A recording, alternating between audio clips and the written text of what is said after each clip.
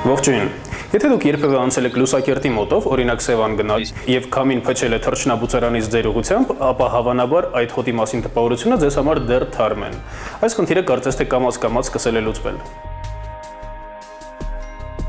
Խորհրդային տարիներից սկսած թռչնաբուծարանների գործունեությունից առաջացած աղբը լցվում էր մոտակա կիրճերը, որտեղ եւ մնում էր, եփվելով արևի տակ, մթնոլորտ արտանետելով վնասակար գազեր եւ առաջացնելով գարշահոտ, որը տարածվում էր տասնյակ կիլոմետրեր շառավղով։ Աղբը կուտակվում էր, գազերի արտանետումը շատանում եւ այդպես տարիներ շարունակ։ Խնդիրը առանձնակի զգալի էր Լուսակերտի թռչնաբուծարանի պարագայում։ Երբ որ քամիներ եւ այլն փչում են ֆաբրիկայի կողմից, տարածա այդ ներքևի գյուղերի բնակիչները մինչեւ հիմա էլ հիշում են, բողոքում են ու ժամանակ առ ժամանակ ասում են, սա մեզ համար շատ մեծ փրկություն էր, որ մենք ազատվեցինք այս ամեն ինչից։ Փրկությունը Լուսակերտի կենսագազի գործարանն էր, որը կառուցվեց Դանիայի կառավարության օժանդակությամբ։ Գործարանը վերամշակում է Լուսակերտի թռչնաբուծարանի գործունեությունից առաջացած աղբը։ Մոտավորապես օրական 130-150 տոննա հեղուկ թռչնաղբ լցվում, որի բաղադրության մոտ 90%-ը ջուր է։ Դա տեխնոլոգիական ցիկլն է այդպես պահանջում։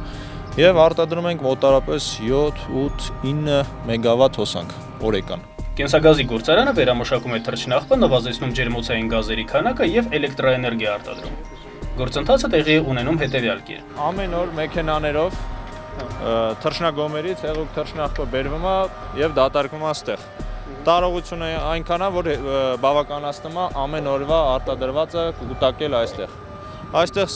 Այստեղից սկսվում է բիոգազի արտադրման ցիկլը։ Խառնում ենք ամեն օր, անընդհատ խառնման process-ը գնում է եւ պարբերաբար այստեղից ներքաշում է կատարվում հեղուկ թռչնաղբի դեպի խմորման բակ, որտեղ տեղի ունենում հենց բուն բիոգազի առաջացում։ Սարքավորումները հիմնականում գերմանական արտադրության են, հատուկ պոմպեր են, որոնք դիմանում են նման ագրեսիվ միջավայրին, այդ պոմպերի միջոցով հեղուկ թռչնաղբը տեղափոխվում է մղման պոմպ, աղացների միջոցով մանրացվում է, որովհետև թռչնաղբի մեջ կա նաև մեծ քանակությամբ խոտ, որոշ քանակությամբ հավի անկումներ եւ այլն, տեղափոխվում է պոմպերի միջոցով դեպի խմորման բակ։ 5000 մետր խոհանարդանոց տարողություն ունի,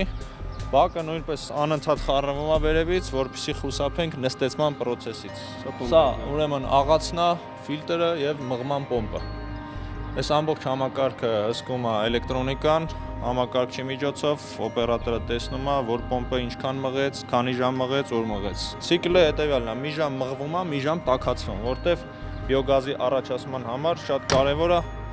ջերմաստիճանի հաստատուն ապահովումը։ Տաքացվում է գեներատորի ցիրկուլյացիոն ջրով։ Գեներատորի ցիրկուլյացիոն ջուրը, հովացման ջուրը տաքացնում է թռչնաղբը, որը եւ լցվում է խմորման բակ։ Ունենք գեներացիոն սարքավորում, որը մխոցավոր շարժիչ է, օգտագործում է բիոգազ, արտադրում է էլեկտրական հոսանք։ Այսինքն սա փակ ցիկլ է ստացվում, թե չէ։ Չէ, արդեն հոսանքը վաճառվում է էլեկտրացանցերին։ Մեր գեներատորը լիովին բավական է մեր բոլոր կարիքները մի բան էլ ավել բավականացնելու համար։ Ձմեռային եղանակին, ցուրտ եղանակին մեր գեներատորի հովացման ջրով նաև մենք հովացնում ենք, տաքացնում ենք մեր օֆիսային հատվածը։ Այսինքն մեր ամբողջ ջեռուցումը ապահովում է մեր գեներատորը։ Ալիս է եւ հոսանք եւ ջեռուցում։ Այն դեպքերում, երբ որ գազը բավական շատ է եւ մենք տեղ չունենք այլ այս օգտագործելու, մենք ջեռուցման համար կամ թռչնաղբի տաքացման համար կարող ենք միացնել այս բոյլերը եւ տաքացնել կամ օգտագործել մեր կարիքների համար։ Ընդհանրապես ունենք գազի սպառման 3 ուղղություն։ Առաջին գեներատոր, երկրորդը բոյլերը եւ երրորդը ֆլերը, որը գազի ավելցուկի դեպքում, քանի որ իրավունք չունենք բիոգազը մթնոլորտ տալու, ոչ մի դեպքում մենք ավելցուկ գազը այրում ենք այս ֆլերում եւ նոր արդեն այրված գազը իրավունք ունես մթնոլորտ տալու CO2 ջրի տեսքով։ Հաստատուն ճնշում պահելու համար ունենք գազ հոլդեր, գազի փուչիկ, որը տեղադրված է կոնտեյների մեջ, գազը կուտակվում է այնտեղ, որպեսզի միշտ հաստատուն ճնշման տակ գնա թե գեներատոր, թե բոյլեր, թե բան։ Քանի որ գազի արտադրությունը ինքը ստաբիլ չի,